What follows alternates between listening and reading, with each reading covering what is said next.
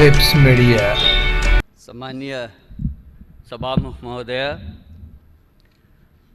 हाम्रो जीवनकालकै र सम्भवतः मानव जातिको उत्पत्ति पछि पृथ्वीको यति ठुलो भूभागमा एकैसाथ प्रभाव पार्ने कोरोना महाव्याधिको प्रकोपबाट ज्यान गुमाउनुभएका विश्वभरिका 2,70,000 भन्दा बढी मानिसहरू र तीमध्ये विदेशमा हुने 80 भन्दा बढी नेपालीहरू सबैप्रति म हार्दिक श्रद्धाञ्जली व्यक्त गर्न चाहन्छु र यो महाव्याधिको क्रममा अग्रपङ्क्तिमा रहेर आफ्नो भूमिका निर्वाह गर्नुहुने स्वास्थ्यकर्मीहरू, सुरक्षाकर्मीहरू, सञ्चारकर्मीहरू, सफाईकर्मीहरू र खाद्यान्न लगायतका अत्यावश्यक वस्तु आपूर्ति गर्न अहोरात खट्ने सम्पूर्ण व्यक्तिहरूप्रति म हार्दिक सम्मान व्यक्त गर्न चाहन्छु, धन्यवाद भन्न चाहन्छु र यो नेपालमा पनि 45 दिनभन्दा बढी समयसम्म धैर्यतापूर्वक लकडाउन पालना गर्नुहुने सम्पूर्ण आदरणीय जनसमुदायहरूप्रति म सम्मान व्यक्त गर्न चाहन्छु। सम्मानीय सभामुख महोदय, यति बेला हामी अत्यन्त संवेदनशील क्षणमा छौँ। मानव जातिको अथवा कुनै पनि प्राणीको निम्ति आफ्नो प्राणभन्दा प्यारो चिज केही पनि हुँदैन। त्यसैले यो महामारीबाट हामीले आफ्नो जीवनको रक्षा कसरी गर्ने भन्ने प्रश्न नै यति बेला सबभन्दा महत्त्वपूर्ण प्रश्न हो। संयोगले भनौँ अथवा वातावरणीय अथवा प्रतिजन्य कारणले भन्यौँ, अहिलेसम्म हामीले नेपालमा त्यति धेरै ज्यान गुमाउनु परिरहेको अवस्था छैन। फेरि पनि यो कोरोनाबारे अझै वैज्ञानिक निष्कर्ष ननिस्किसकेको अवस्थामा यो कहिलेसम्म रहन्छ, यसले कति क्षति गर्छ भन्ने कुनै ठोस निष्कर्ष छैन। कतिपय विज्ञहरूका भनाइअनुसार यो केही तल झरे जस्तो हुन्छ र फेरि यो माथि आउँछ र फेरि झर्छ। यो क्रमले चाहिँ झन्डै 1.5-2 वर्ष पनि जान सक्छ भनिँदैछ। र नेपालकै सन्दर्भमा भनियो भने अहिले हामीसँग थोरै मात्रै सङ्क्रमितको सङ्ख्या देखिए पनि परीक्षणको सङ्ख्या हाम्रो अत्यन्त नगण्य छ। जबकि विश्वका थुप्रै देशहरूमा प्रति 10 लाख 30, 40, 50 हजारसम्मको परीक्षण गरिएको छ भने हिजोको तथ्याङ्कसम्म नेपालमा चाहिँ हामीले प्रति 10 लाख जम्मा 534 जनाको PCR विधिबाट परीक्षण गरेका छौँ, किनकि त्यो नै बढी भरपर्दो मानिएको छ। सुदूरपश्चिम प्रदेश जहाँ 1 लाखभन्दा बढी विदेशमा श्रम गरे नेपालीहरू आएको तथ्याङ्क छ, त्यहाँ आज मात्रै समाचार आएको छ त्यो परीक्षण किटको अभावमा त्यही पनि त्यो रोकिएको छ। त्यसैले हामी ढुक्क भएर बस्न सक्ने अवस्था छैन। कतिपय विज्ञहरूले भनेका छन् हामीले ठिक ढङ्गले परीक्षण गर्न नसकेको कारणले गर्दा यो सङ्क्रमितहरूको सङ्ख्या लुकेको पनि हुनसक्छ।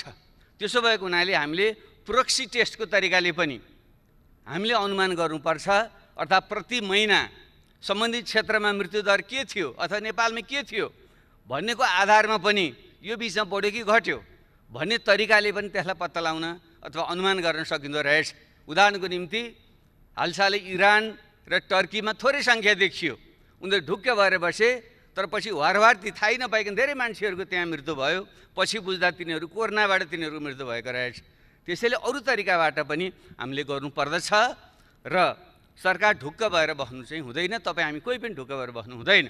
र दुःखको कुरा यो गत मङ्सिरदेखि यो आउँदैछ भन्ने हामीले थाहा हुँदाहुँदै पनि हाम्रो तयारी कति कमजोर रहेछ त्यो हामी सबैले देख्यौँ। अहिले यति बेला आरोप प्रत्यारोप गर्नु शोभनीय हुँदैन, त्यो चाहना पनि छैन। तर यथार्थ तथ्यबारे चाहिँ हामी फेरि अवगत हुनैपर्छ। हामीले आफैले ढाँटेर बस्यौँ भने फेरि ठुलो क्षति हुने खतरा पनि रहन्छ। हामीले जुन सामान्य स्वास्थ्यका उपकरणहरू, सुरक्षा उपकरणहरू, अस्पताल लगायतको व्यवस्थापन जुन ढङ्गले हामीले गर्नु पर्थ्यो त्यो पुगेको रहेनछ भन्ने त हामीले देख्यौँ। त्यसैले त्यतापट्टि हामी गम्भीर बन्नै पर्छ। अब सरकारको तर्फबाट बोल्नु पर्दा त हामी सबै ठिक गऱ्यौँ, सब ठिकठाक छ भन्नै पर्छ औपचारिकताको निम्ति। तर हामीले आफ्नो ब्रह्मलाई सोध्यौँ भने ठिकठाक छैन। एउटा लकडाउन हामीले गर्नै पर्थ्यो सोसियल डिस्टेन्स मेन्टेन गर्नको निम्ति, विश्वव्यापी मान्यता थियो, हामीले पनि गऱ्यौँ। तर हामी कसरी गरिरहेका छौँ? किनकि हामीसँग खुला सिमाना छ, 60 लाखभन्दा बढी नेपालीहरू विदेशमा छन्। त्यसो भएको हुनाले अरूले जे गर्छन् हामीले पनि त्यही गर्नुपर्ने हाम्रो बाध्यता छ। एउटा लकडाउन हामीले गरेका छौँ। अर्को हाम्रो सरकारले गरेको छ, हाम्रा विदेशका नागरिकहरूलाई भित्र नआऊ भने तिनलाई रोकेको छ, त्यो काम गरेको छ। त्योदेखि बाहेक अरू त्यति सन्तोषजनक ढङ्गले चित्त बुझाउने ठाउँ छैन। यसबारे चाहिँ सरकारको ध्यान पुग्नेछ भन्ने म विश्वास दिलाउन चाहन्छु। अब केही धेरै विस्तारमा नगइकन म अलिकति यही विषयमा कहाँ मात्रै ध्यान आकर्षण गर्न चाहन्छु भने एउटा हामी गम्भीर बन्नै पर्ने विषय, हाम्रा जुन विदेशमा श्रम गर्न बाध्यतावश श्रम गर्न गएका नागरिकहरूको ठुलो सङ्ख्या छ, उनीहरूको अत्यन्त विचलितको अवस्था छ। म सोसियल मिडियामा पनि सक्रिय हुन्छु।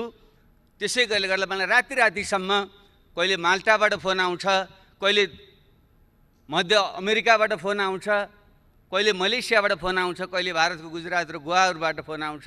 हामी अल्पत्र पऱ्यौँ। त्यहाँको सरकारले भन्छ तिमीहरू जाऊ, जस्तै गोवाको सरकारले अस्ति मात्रै सूचना जारी गरेर तिमीहरू हिँड यहाँबाट, हामी रेल ल्याउँछौँ, त्यहाँ बसेर तिमीहरूको सिमानासँग पुर्याइदिन्छौँ भनेको छ।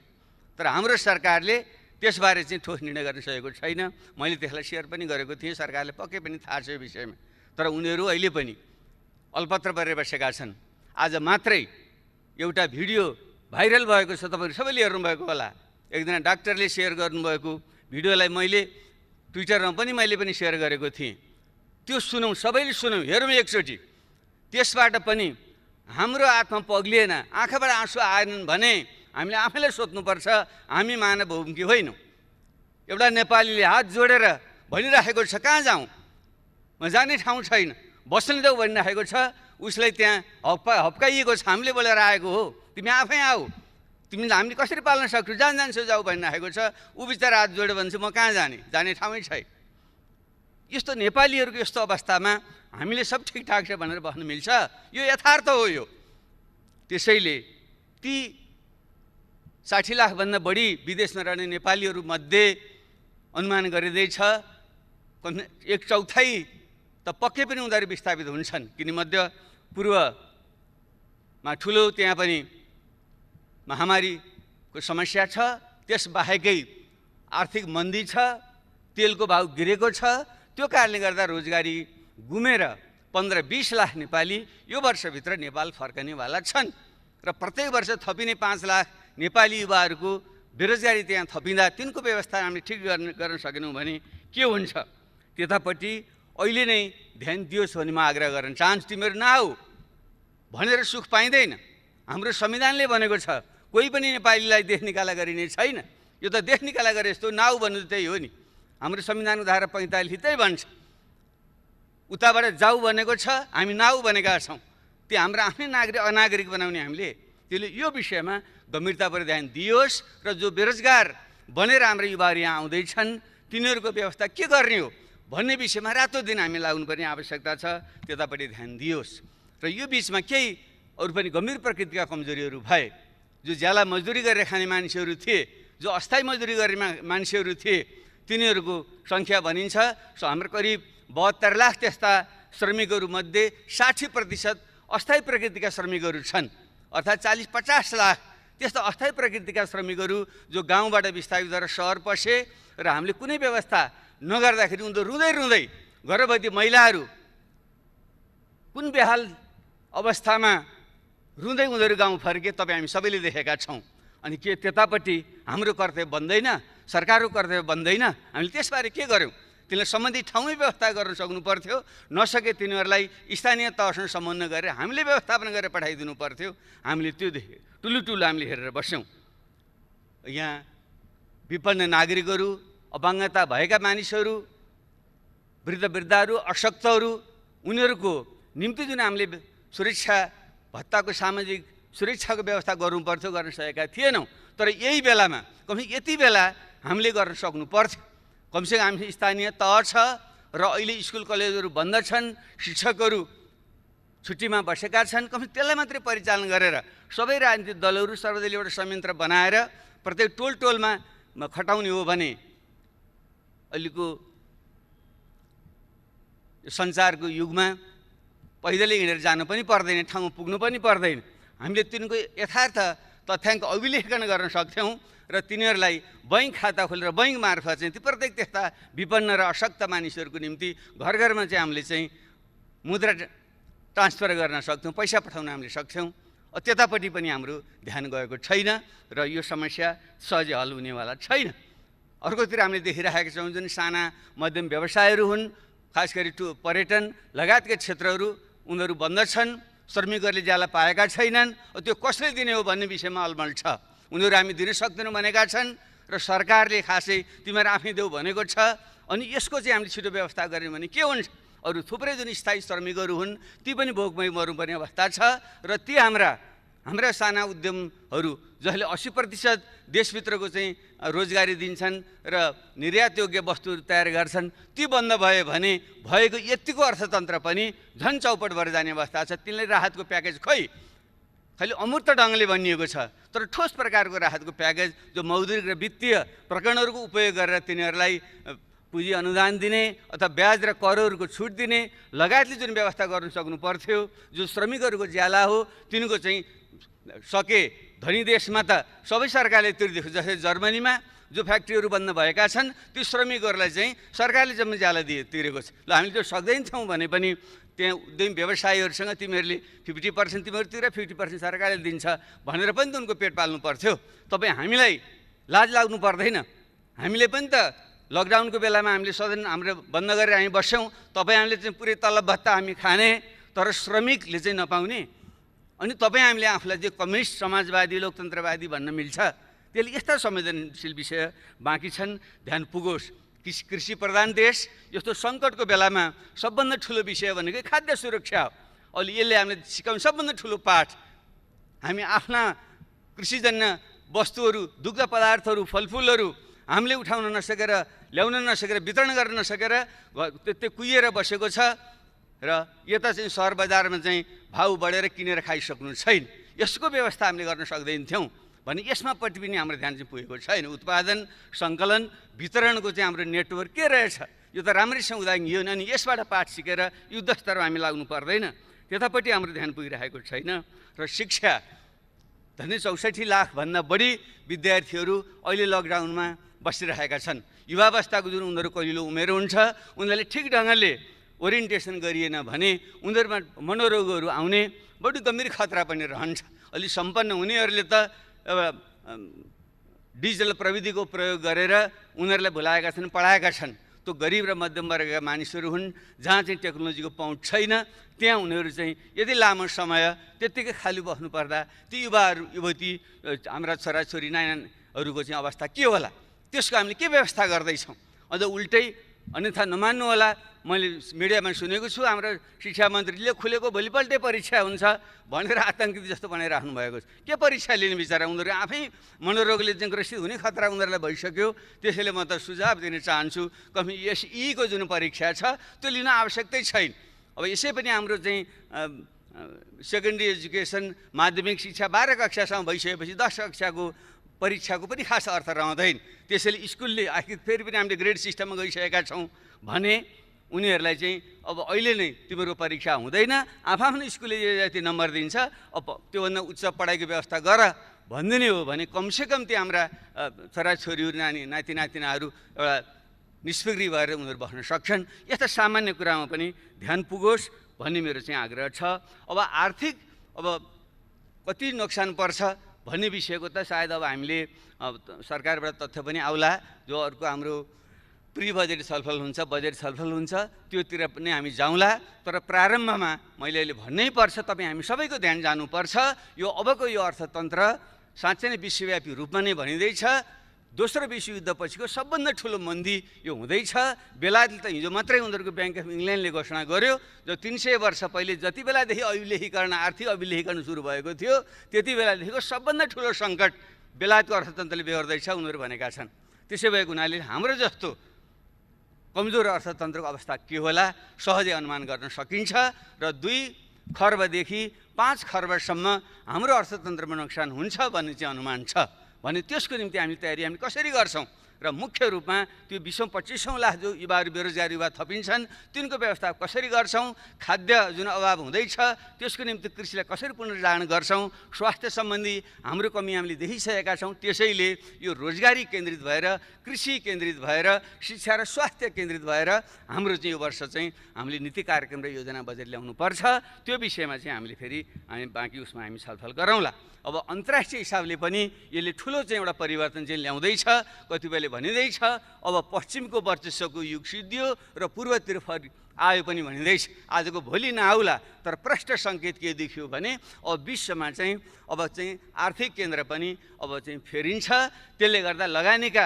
क्षेत्रहरू पनि फेरिन्छन् र भ्यालु जुन चेन हो मूल्य श्रृङ्खला हो त्यो पनि भत्किन्छ त्यो हिसाबले हामी ठिक ढङ्गले बुद्धि पुर्याउन सक्ने हो भने खास गरी चीन र अमेरिका बीच जुन शीतयुद्ध नयाँ ढङ्गको शीतयुद्धको देखिने सम्भावना देखिँदैछ र भारतसँगको चाहिँ हाम्रो जुन खुला सिमाना आदिको कारणले आर्थिक रूपमा चाहिँ बढी हामी अन्तर सम्बन्धित पर निर्भर जङ्गको छौँ त्यसैले चीन अमेरिका भारतसँग चाहिँ यो नयाँ प्रकारको चाहिँ एउटा सम्बन्ध विकास गरेर भूराजनीतिको सन्तुलन गर्दै त्यो सङ्कट पछिको पुनर्निर्माणमा चाहिँ हामीले चाहिँ त्यहाँबाट विस्थापित भएका लगानीका जुन सम्भावना हुन्छन् हाम्रो देशमा आकर्षित गर्ने र हामीले नयाँ बनेका जुन मूल्य श्रृङ्खलाहरू हुन्छन् त्यसमा चाहिँ पेगिन गरेर त्योसँग जोडेर हाम्रो अर्थतन्त्रको नयाँ ढङ्गले चाहिँ विकास गर्ने पनि सम्भावना हुनसक्छ त्यस हिसाबले पनि हाम्रो ध्यान पुगोस् र अब मेरो एउटा आग्रह के छ भने हामी सबै देशभक्त हौँ त्यसैले खेली एकले अर्काको चाहिँ राष्ट्रभक्ति देशभक्तिमाथि शङ्का गरेर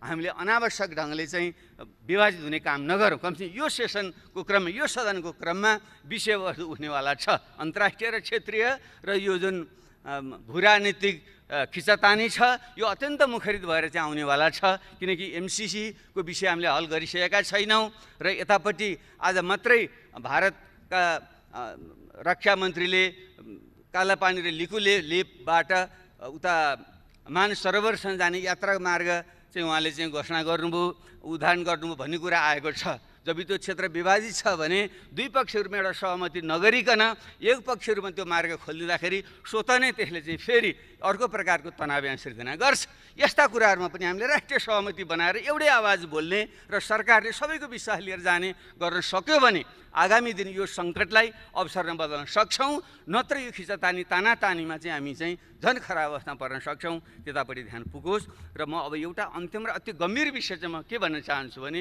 फेरि पनि अन्ततः पोलिटिक्स इन कमान्ड भन्ने गरिन्छ सबै कुराको फैसला अन्ततः राजनीतिले नै गर्छ तर अहिले यति बेला राजनीति र त्यसको नेतृत्व गर्ने यो सबभन्दा उच्च प्रतिनिधि संस्था यसको नेतृत्व गर्ने निर्वाचित सरकारको छवि राम्रो छैन तपाईँ हामी सबै पनि अहिले मान्छेहरूको एउटा हामीले बोलेको कुरा कसैले पनि अहिले विश्वास गर्दैन राजनीतिक सांसद आदि भनेकै सबै भ्रष्ट गैर जिम्मेवार सत्तालोलुप पदलोलुप भन्ने खालको जुन एउटा बिम्ब बनेको छ यो अत्यन्त खतरनाक छ हामी कति सत्य कति असत्य हामी आफैले ममा भनौँ तर आम जनतामा यो पर्सेप्सन परिसकेपछि राजनीति पनि प्रति नै मान्छेको चाहिँ एउटा अविश्वास र आशंका वितृष्णा फैलियो भने त्यसले ठुलो खतरा ल्याउन सक्छ र तपाईँ हामीले लडेर ल्याएको जुन सङ्घीय लोकतान्त्रिक गणतन्त्र छ त्यो नै खतरामा परेर प्रतिगमनतिर जाने खतरा पनि हुन्छ त्यसो भएको हुनाले राजनीतिकलाई ठिक ट्र्याकमा कसरी ल्याउने त्यतापट्टि हामीले ध्यान दिनु जरुरी छ तर यो बिचमा पूर्ववक्ता साथीहरूले पनि सङ्केत गरिसक्नुभयो र अत्यन्त गम्भीर प्रकृतिका घटना घटेकै हुन् हामी यस्तो मानवीय प्रश्नमा केन्द्रित हुने बेलामा हाम्रो देशको चाहिँ प्रमुख कार्यकारी नेतृत्व सरकारको नेतृत्व रातभर पार्टी फुटाउने षड्यन्त्र गरेर बस्छ र संवैधानिक अङ्गहरू कब्जा गरेर आफ्नै मन खुसीले संवैधानिक अङ्गहरूका नियुक्तिहरू गरेर एउटा निरङ्कुशतातिर देखेर लान सक्छ भन्ने खालको जुन एउटा भाव पैदा भएको छ जुन एउटा सोच विचार प्रवाह भएको छ यो चाहिँ हाम्रो लोकतन्त्रको निम्ति शुभ सङ्केत होइन भलै संयोगले अब अथवा भनौँ दबाब स्वरूप पार्टीभित्रका बाहिरका अथवा चाहिँ प्रधानमन्त्री स्वयंको स्वभावको कारणले उहाँले त्यसलाई फिर्ता गर्नुभयो आत्मालोचना कुरा आएको छ त्यहाँहरूसम्म त्यो खुसीकै कुरा छ तर समस्या त्यतिले हल चाहिँ हुँदैन आखिर किन यस्तो बेलामा त्यही आफ्नो बहुमत सरकार छँदै त्यो पार्टी फुटाउने अध्यादेश किन जारी गर्नु पर्यो र संवैधानिक अङ्गमा हामीले ब्यालेन्स गर्नकै निम्ति भनेर हामीले त्यो चाहिँ एउटा निष्पक्ष रहोस् भनेर प्रमुख प्रतिपक्ष नेता लगायतको उपस्थितिमा भयो भने मात्रै त्यो स्वतन्त्र निष्पक्ष रहन्छ भनेर सल्लाह गरेर हामीले राखेको हो नि। भने त्यसलाई भत्काउने पनि किन काम भयो भने यसले एउटा ठुलो अनिष्टको सङ्केत गर्छ। यसतर्फ चाहिँ त्यत्तिकै फिर्ता लिइहाल्ने भइगयो भनेर मात्रै यसलाई छोड्न सकिने विषय होइन। जबकि यदि अध्यादेश मार्फतै ऐन कानुन सम्झन गर्नु थियो भने त अरू ठुला मुद्दा थिएनन्। शान्ति प्रक्रियाको त्यति ठुलो भाग टिआरसी र बेपत्ता आयोग जस्ता महत्त्वपूर्ण विषय अझै टुङ्गिया छैनन्। भर्खरै भन्नु अब पनि बल्ल त्यसबारे सहमति र विधेयक आउँछ कि भन्ने कुरा भइरहेको 13 वर्ष भइसक्यो। 6 महिनाभित्र हल गर्ने भनेको कुरालाई हामीले हल गर्न नसक्ने, त्यसमा सहमति गरेर अध्यादेश ल्याउन सकिँदैन थियो। म त त्यो अपेक्षा गरिरहेको थिएँ। टिआरसी र बेपत्ता आयोगलाई छिटो सम्पन्न गर्ने पुरा गर्ने ढङ्गले आइदिएको भए हामी सबैले चाहिँ त्यसलाई स्वागत गर्थ्यौँ। त्यसरी नै संवैधानिक आयोगलाई अझै जुन हाम्रो चाहिँ अङ्गहरू कमजोर भएका छन् तिनलाई बलियो बनाउनुको निम्ति अझ जनलोकपालै ल्याउँ भन्ने गरेर चाहिँ एउटा अध्यादेश ल्याउन खोजेको भए हामी सबैले समर्थन गर्थ्यौँ। अनि यो देशका मधेसी, थारू, आदिवासी जनजाति लगायतले यो संहिता पहिचानमा आधारित भएन, सही अर्थको यो संहिता भएन, एउटा प्रशासनिक संहिता भयो भन्ने जुन आवाज उठाइरहेका छन् र शासकीय स्वरूपबारे हामी सबैले यो अपूर्ण छ, निर्वाचन प्रणाली अपूर्ण छ, महिलाहरूबाट नागरिकता दिने अधिकार अपूर्ण छ भनिरहेका छौँ भने त्यसलाई संशोधन गर्नको निम्ति ल्याइदिएको भए के हुन्थ्यो? हामी सबैले 100% हाम्रो सहमतिबाट जान सक्थ्यौँ। त्यसैले यसरी जुन एउटा उल्टो दिशातिर जुन राजनीति प्रभाव हुन खोजेको छ यो अत्यन्त गम्भीर छ र यसलाई विशेष ढङ्गले ध्यान दियोस् भन्ने म आग्रह गर्न चाहन्छु। अब यसैमा अझै अझै पार्टी फुटाउने विधेयक बेठी त छँदै थियो र एउटा पार्टीलाई फुटाउनको निम्ति ल्याइयो भनेर प्रधानमन्त्रीजी स्वयंले आफ्नो पार्टीको बैठकमा भन्नुभयो भन्ने जुन अखबारमा आएको छ त्यो बन्यो भने ठुलो नैतिक प्रश्न भएन, ठुलो नैतिक प्रश्न भयो नि। एउटा देशको प्रधानमन्त्री सबैको अभिभावक हो, यो लोकतन्त्रको रक्षक हो नि, प्रमुख रक्षक। यदि उसैले अर्को पार्टी फुटाउनलाई मैले यो अध्यक्ष ल्याएँ भन्नुभएको हो भने त गम्भीर प्रश्न हो नि। त्यहाँदेखि यो नैतिकताको विषय भन्दैन।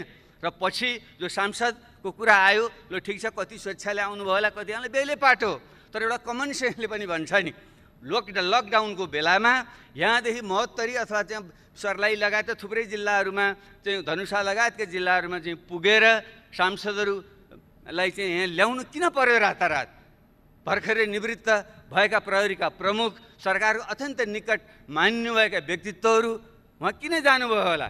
न उहाँको कुनै नातागोता छ, न कुनै बिहाबारी छ, न मर्नु पर्नु छ, त्यो किन जानुभयो होला? उहाँ ल राति किन ल्याउनु भयो होला? यो कमन सेन्स कुरा होइन। अब यसैले पनि ढाकछोपरे होइन भन्न मिल्छ। ल त्यसैले हामीले भन्यौँ यो बदलाको भावनाले भने होइन, तर कानुनी प्रक्रियाबाट यसलाई हल होस्, लोकतन्त्रको रक्षा होस्, विधिको शासन होस् भनेर म आफै स्वयं पूर्व प्रधानमन्त्री धेरै साथीले पनि तपाईँ किन यस्तो हल्का भएको, किन गएको त्यो प्रहरीमा मुद्दा लिनु भनिरहनु भएको साथीहरूले, किन म सुरक्षाको निम्तिमा गइरहेको थिएँ, साथीहरू डराइरहनु भएको थियो।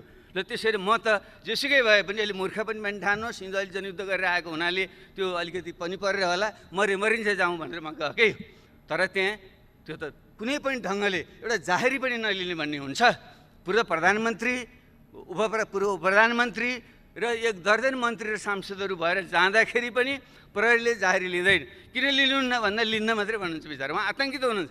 किन लिनुहुन्न भने म लिन्न, किन लिनु 3 चोटिसम्म म लिन्न भन्नुहुन्छ उहाँले। अनि के गर्नु पर्यो त भने त्यो त ऐनमै लेखाएको छ नि, त्यहाँ यसपछि हामीले नलिएपछि कहाँ जानुपर्ने त्यहीँ जानुहोस् अरे भने यसरी चाहिँ आतङ्कित बनाएर संस्थाहरू सबै भत्काएर अनि देश बन्छ, लोकतन्त्र बलियो बन्छ। अब योभन्दा अझ गम्भीर कुरा के भयो भने अनि त्यसपछि के गर्ने?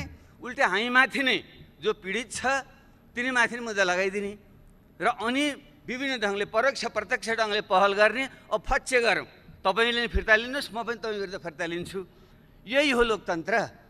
यो त गाउँमा उहिले हामी सुन्थ्यौँ नि, गाउँमा त्यस्तै खालको फटा खालका मानिसहरूले जो पीडित छ अनि त्यसैलाई मुद्दा लगाइदिने, अनि त्यसै चाहिँ वाक्क दिक्क भएर अनि चाहिँ लो तेरो मुद्दा फिर्ता लिएँ भन्ने, अनि आफ्नो उत्पीडन कायम राख्ने भने यही हो हाम्रो लोकतन्त्र, यही हो हाम्रो समाजवाद।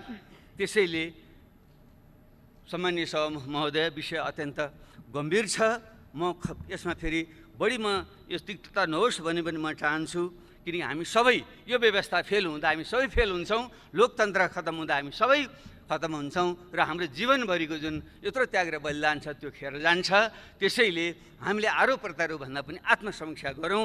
म सम्माननीय प्रधानमन्त्रीज्यूलाई आग्रह गर्न चाहन्छु, उहाँले यदि साँच्चै नै आत्मनिरीक्षण र आत्मालोचनाको प्रक्रिया सुरु गर्नुभएको हो भने उहाँले यो गम्भीर जुन गल्ती कमजोरी र एकहदसम्म उहाँको समलता अथवा उहाँको निकटताको समलतामा गम्भीर लोकतन्त्र विरोधी गतिविधि चाहिँ हरकत भएको छ, कानुन विरोधी गतिविधि भएको छ, त्यसको चाहिँ एउटा तार्किक निष्कर्षमा पुर्याउनै पर्छ र त्यसलाई कुनै पनि प्रकारले संरक्षण चाहिँ दिनु चाहिँ हुँदैन र कानुनी तरिकाले त हारजित गर्न पनि सकिन्छ।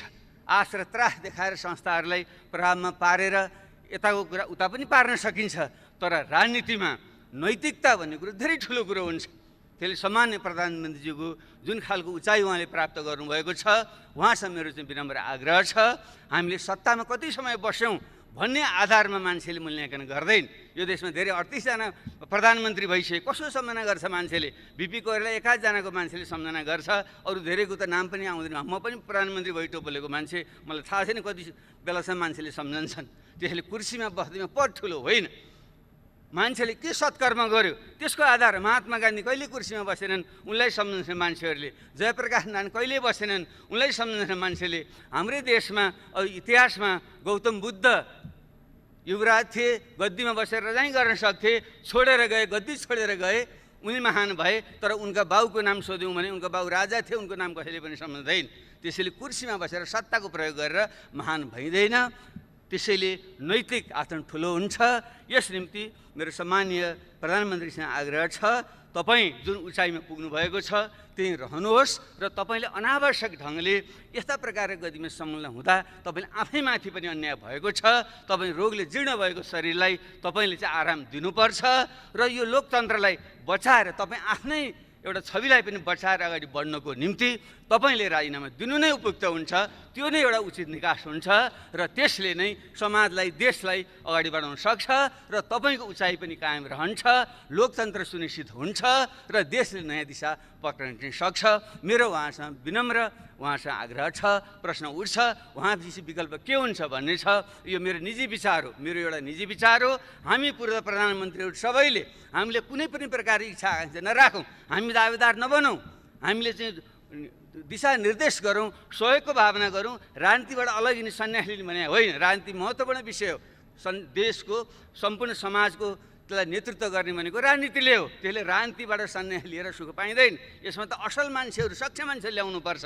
तर हामी 60-65 उमेर नाइसकेका मान्छेहरूले लोभ नगरेर अब प्रत्यक्ष कार्यकारी भूमिकामा हामी नरहने अथवा प्रधानमन्त्रीको दावेदार हामी नबन्ने र हामीले अरूलाई सघाउने, नयाँ पुस्तालाई अगाडि ल्याउने, पुस्तान्तरण गर्ने दिशातिर हामी गयौँ भने देशले निकास पाउँछ, राजनीतिक निकास पाउँछ, लोकतन्त्र सुनिश्चित हुन्छ।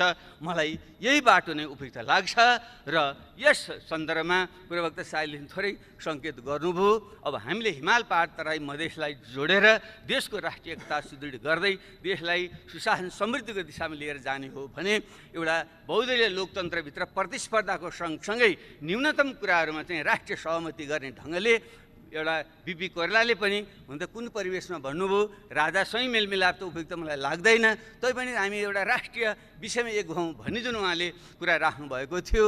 त्यसैले बिपी कोइराला, पुष्पलाल, रामराजा प्रसाद सिंह उहाँहरूको जुन हामीले सम्मान गर्छौँ, उहाँ कुनै ठुला पदमा धेरै समय बसेर होइन। बिपी पनि त 18 महिना बस्नुभयो, पुष्पलाल कहिले पनि सत्तामा बस्नु भएन, रामराजा प्रसाद सिंह पनि त्यो एकचोटि राष्ट्रिय पञ्चायतमा स्नातकबाट निर्वाचित हुनु बाहेक उहाँ पनि कहिले पनि सत्तामा चाहिँ कहिले पनि रहनु भएन।